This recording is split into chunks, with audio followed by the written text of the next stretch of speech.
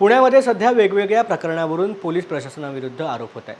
काँग्रेसचे आमदार आणि लोकसभेचे उमेदवार रवींद्र धंगेकर यांनी तर आरोपांची सूत्रबद्ध मालिका सुरू केली। विशेष म्हणजे ते आरोपांसोबत पुरावेही सादर करत आहेत। शिवाय ठाकरे गट, काँग्रेस आणि शरद पवार गटाचं रोज वेगवेगळ्या ठिकाणी आंदोलन सुरू आहे। या सर्व पार्श्वभूमीवरती राज्याचे गृहराज्यमंत्री शंभूराज देसाई यांनी शासनाची बाजू स्पष्ट करत धंगेकर यांनी ठोस पुरावे दिल्यास आम्ही त्वरित चौकशी लावून कारवाई करू।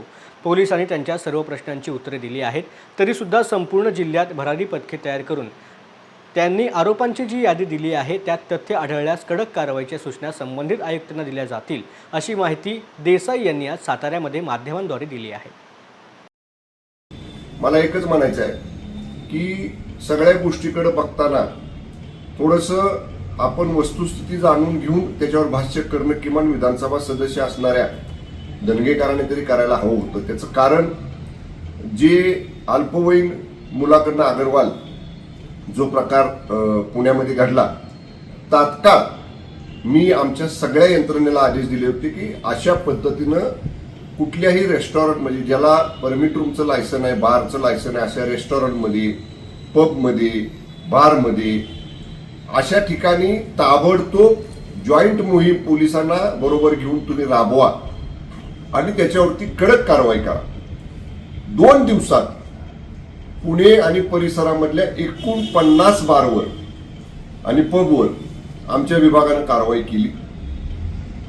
कारवाई करत असताना आमच्या अधिकाऱ्यांनी ज्या ज्या ठिकाणी स्थानिक पोलीस यंत्रणांची मदत घ्यायची तिथं पोलीस यंत्रणांची मदत घेतली आणि अशा पद्धतीनं अल्पवयीन मुलांना मद्य सेवा देणं, तिथं मर्यादा संपलेली वेळेची आहे ती मर्यादा उल्लंघन करून बार पब चालवणं, ह्या सगळ्या बाबी ह्या आमच्या विभागाने त्या ठिकाणी कारवाई केलेली आहे।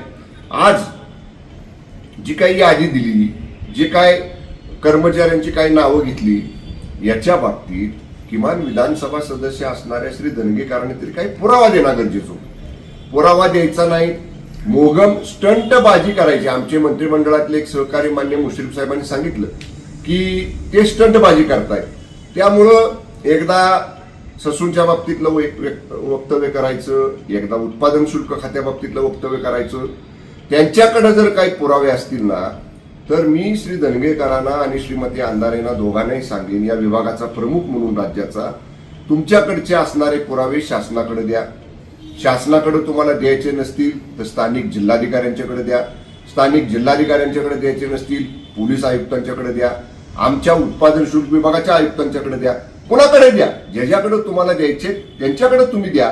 पण मोघम अशा पद्धतीनं वक्तव्य करायचं, मी एकच सांगेन आता एवढ्यावर की या विभागाचा मी पदभार स्वीकारल्यानंतर सगळ्यात जास्त कारवाया राज्य उत्पादन शुल्क विभागाच्या मागच्या 10 वर्षाचं रेकॉर्ड जरी काढलं तरी सगळ्यात जास्त अवैध व्यवसायावरची मद्याच्या कारवाया या 2 वर्षामध्ये या ठिकाणी झालेल्या आहेत। त्याची आकडेवारी केव्हाही सभागृहामध्ये विधानसभेच्या किंवा माध्यमांसमोर सांगण्याची माझी तयारी आहे।